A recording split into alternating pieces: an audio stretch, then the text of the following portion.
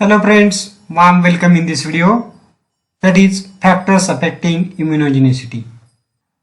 Friends, bacteria, bacterial products, fungi, parasites, viruses and many other organisms causes diseases. To protect against this infectious disease, the immune system must be able to recognize these pathogens.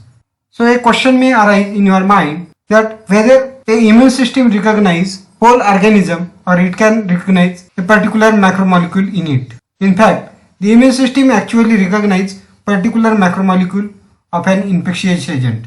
Generally, the macromolecule which is recognized by immune system is either protein or polysaccharide. Protein are the most potent immunogens and polysaccharides ranking second.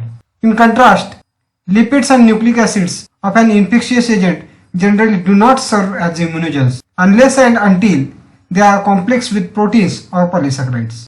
Immunologists use proteins or polysaccharides as immunogens in most experimental studies of a humoral immunity. For cell-mediated immunity, only proteins and some lipids and glycolipids serve as immunogens. These molecules are not recognized directly. Protein must first be processed into small peptides and then presented together with the MSC molecules on the membrane of cell before they can be recognized as immunogens.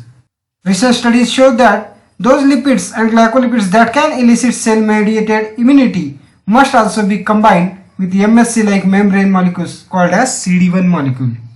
Friends, immunogenicity is not an intrinsic property of an antigen, but rather it depends on a number of properties of the particular biological system that the antigen encounters. The various factors which contribute to the immunogenicity includes properties of immunogens and properties of biological system. The nature of the immunogen contributes to the immunogenicity. Immunogenicity is determined in part by four properties of the immunogen, that is its foreignness, molecular size, chemical composition and complexity, and ability to be processed and presented with an MSC molecules on the surface of an antigen presenting cell or altered cell. So the very first property of immunogen is foreignness. In order to elicit an immune response, a molecule must be recognized as non-self by the biological system. The capacity to recognize non-self is accompanied by tolerance of self-specific unresponsiveness to self-antigens. Much of the ability to tolerate self-antigens arises during the lymphocyte development, during which immature lymphocytes are exposed to self-components. Antigens that have not been exposed to immature lymphocytes during this critical period may be later recognized as non-self or foreign by the immune system. When an antigen is introduced into an organism, the degree of its immunogenicity depends on the degree of its foreignness. Generally, the greater the phylogenetic distance between two species, the greater the structural and therefore the antigenic disparity between them. For example, the common experimental antigen bovine serum albumin, that is BSA, is not immunogenic when injected into a cow, but is strongly immunogenic when injected into a rabbit. Moreover, bovine serum albumin would be expected to exhibit greater immunogenicity in chicken than in goat, which is more closely related to bovines. But there are some exceptions to this rule. Some macromolecules, for example collagen, cytochrome C, have been highly conserved throughout evolution and therefore display very little immunogenicity across diverse species lines.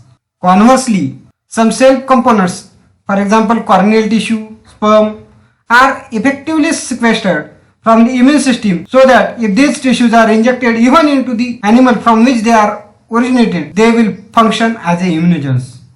The second factor is molecular size. There is a correlation between the size of macromolecule and its immunogenicity.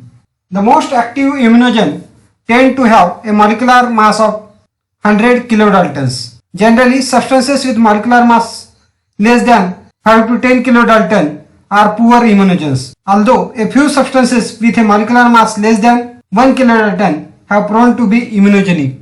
Here I have shown the list of various antigen along with their molecular mass in daltons.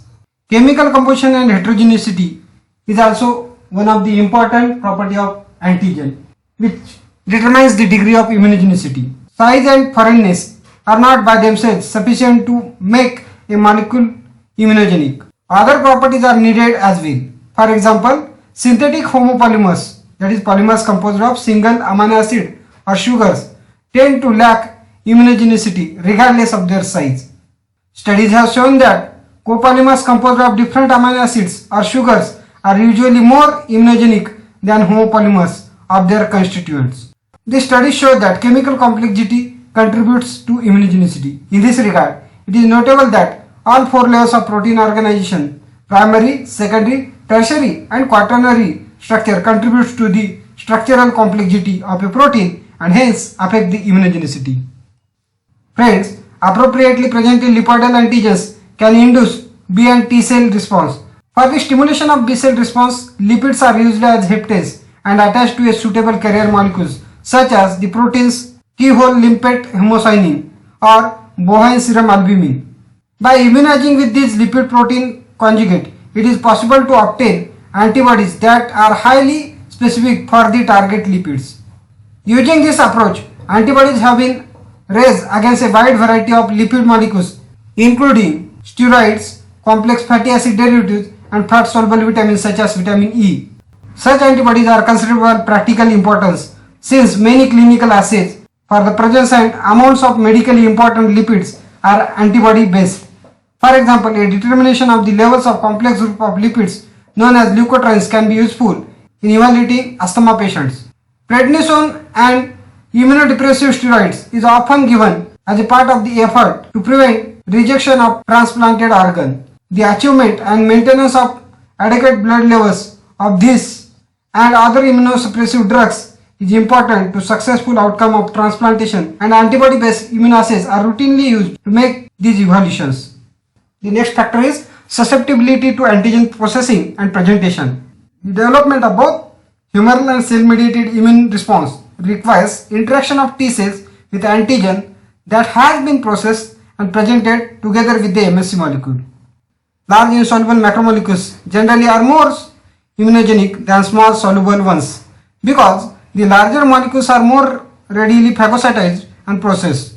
Macromolecules that cannot be degraded and presented with MSC molecules are poor immunogens. For example, polymers of D amino acids which are stereoisomers of the naturally occurring L amino acids. Because the degradative enzymes within antigen presenting cells can degrade only proteins containing L amino acids, polymers of D amino acids cannot be processed and thus are poor immunogens. The biological system also contributes to the immunogenicity. Even if a macromolecule has the properties that contribute to immunogenicity, its ability to induce an immune response will depend on certain properties of biological system also. These properties include the genotype of recipient, the dose and route of antigen administration, and the administration of substances called as adjuvants that increase immune response. So first we will learn how the immunogenicity is affected by genotype of the recipient animal. The genetic constitution, that is genotype, of an immunized animal influence the type of immune response the animal manifests as well as the degree of the response. For example, two different inbred strains of mice responds very differently to a synthetic polypeptide immunogen. After exposure to the immunogen, one strain produces high levels of serum antibody, whereas the other strain produces low levels. When the two strains were crossed, the F1 generation showed an intermediate response to the immunogen. By backcross analysis, the gene controlling immune responsiveness was mapped to a subregion of the major histocompatibility complex, that is MSC. Numerous experiments with a simple defined immunogens have demonstrated genetic control of immune responsiveness, largely confined to genes within the MSC. The data indicated that MSC gene products which functions to present processed antigen to T cells play a central role in determining the degree to which an animal responds to an immunogen. The response of an animal to an antigen is also influenced by genes that encode B cell and T cell receptors and by genes that encode various proteins involved in immune regulatory mechanism. Genetic variability in all these genes affects the immunogenicity of given macromolecule in different animals. The second factor is immunogen dose and route of administration. Each experimental immunogen exhibits a particular dose response curve, which is determined by measuring the immune response to different doses and different administration routes. An antibody response is measured by determining the levels of antibody present in serum of immunized animals. Evaluating T cell response is less simple, but may be determined by evaluating the increase in the number of T cell bearing T cell receptors that recognize the immunogen. Some combinations of optimal dosage and route of administration will induce a peak immune response in a given animal. An insufficient dose will not stimulate an immune response either because it fails to activate enough lymphocytes or because in some cases certain ranges of low dose can induce a state of immunologic unresponsiveness or tolerance. Conversely, an excessively high dose can also induce tolerance. The immune response of a mice to the purified pneumococcal capsular polysaccharide illustrates the importance of dose. A 0.5 mg dose of an antigen fails to induce immune response in mice, whereas a 1000-fold lower dose of the same antigen induces a humoral antibody response. Most experimental immunogens will not induce a strong response. Rather than repeated administration over a period of week is usually required. Such repeated administration of dose is called as booster dose. Increase the clonal proliferation of antigen-specific T cells or B cells and thus increase the lymphocyte population specific for the immunogen. Experimental immunogens are generally administered para-enterally, that is, para means around and enterix means gut, that is by routes other than the digestive tract. The administration routes which are found to be common are intravenous, that is into the vein, intradermal, that is into the skin, subcutaneous means beneath the skin, intramuscular, that is into the muscles, and intraperitoneal, that is into the peritoneal cavity. The administration route strongly influences which immune organ and cell population will be involved in the response. Antigen administered intravenously is carried first to the spleen, whereas antigen administered subcutaneously moves first to the local lymph node. Differences in the lymphoid cell that populate these organs may be reflected in the subsequent immune response. The adjuvants are substances that when mixed with an antigen and injected with it enhance the immunogenicity of that antigen. Adjuvants are often used to boost the immune response when an antigen has low immunogenicity or when only small amounts of antigen are available. For example, the antibody response of mice to immunization with a bovine serum albumin can be increased 5-fold or more if the bovine serum albumin is administered with an adjuvant. So friends, if you like this video, please subscribe to our channel, press the bell icon and don't forget to share these videos along with your friends. Thank you.